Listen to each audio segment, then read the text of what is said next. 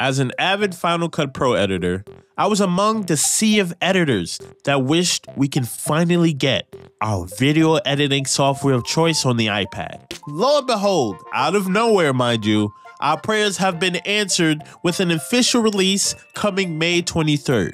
And it seems that they made literally no compromises in giving us full access to Final Cut Pro, which is great. I would expect nothing less from Apple, being that this company is infamous for taking their time with adding familiar features if they feel like it's not up to their standards, which is why the iPad doesn't have a calculator app yet. See my video covering the topic if you haven't already. If anything, they seem to have added features and support for iPad peripherals, including their keyboards and even Apple Pencil. All great. So why do I feel like they dropped the ball with this? Well, as someone who's been asking for this for years, here's why I won't be using it. First, Final Cut Pro for iPad is $5 per month or $50 a year. And as of this recording, there is no way to buy a perpetual license for iPad like you can on a Mac. I feel like crying and throwing up right now. Why, Apple? Why? Do they not realize that that was one of the big selling points when recommending Final Cut Pro over software like Adobe Premiere? The fact that you can actually get to own it and not basically rent it forever? And guess what? DaVinci Resolve, another terrific video editing software that rivals Final Cut Pro, came out with an iPad version just last year.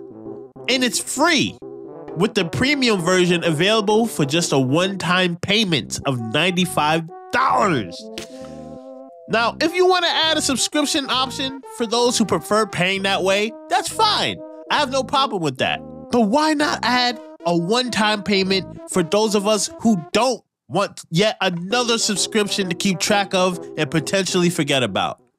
See my video covering the topic if you haven't already. And the second reason, and the one that personally stings the most, is that Final Cut Pro for iPad is exclusive to Apple Silicon iPads, meaning that any iPad Pro or iPad Air sold before 2021 will not be getting access to this app. Here's why that is a problem. It is because I know the only reason they're doing this is strictly because of profit. I don't know if you heard already, but another terrific editing software that rivals Final Cut Pro, DaVinci Resolve, is free. Also with little to no compromises. And guess what? You can download it on your iPad right now if you wanted to. iPads have been more than capable of doing computer-intensive tasks for years now, long before the M1 iPads even came out. In fact, a common complaint tech enthusiasts were having about the iPad was that it was almost too good, and that there were little to no software that could push the iPad's limits. And now here we are in 2023 with the things that we've been asking for finally coming, only to be stopped at the door because it's VIP only. And hey, maybe you can argue that Final Cut Pro for iPad's features just makes it way more powerful and advanced than DaVinci Resolve, and only the M-chip iPads can really use Final Cut Pro to its fullest capabilities. Okay, sure. Let's just say that's true. So why not limit some of Final Cut Pro's features if it is running on earlier iPads then? If we're being realistic, most people are not going to be out here shooting and editing 4K and 8K footage. They're probably going to make videos of their cat or even the occasional YouTube video for those daring to enter the hell that is the algorithm. Procreate, as an example, is a highly praised iPad app that limits its features for less capable iPads by putting a bigger cap on the number of layers you can use per drawing at a time.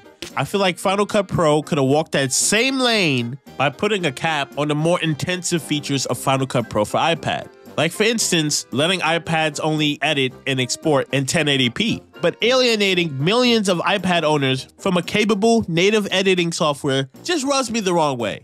It does. Now, I think a ton of people would benefit from Final Cut Pro being on iPad, and despite my gripes, I'm still glad it exists. However, as someone who likes to own the software thereby, and currently owns the iPad Air 4, which only came out not even a year and a half prior to the M1 iPad Air, I will probably be holding off on getting Final Cut Pro for iPad and hope they reconsider their current model and requirements for people like me. So, what did we learn? Get DaVinci Resolve. Thanks for watching, and if you want to see more of me, you know what to do. Man, this is a letdown. This is a huge letdown.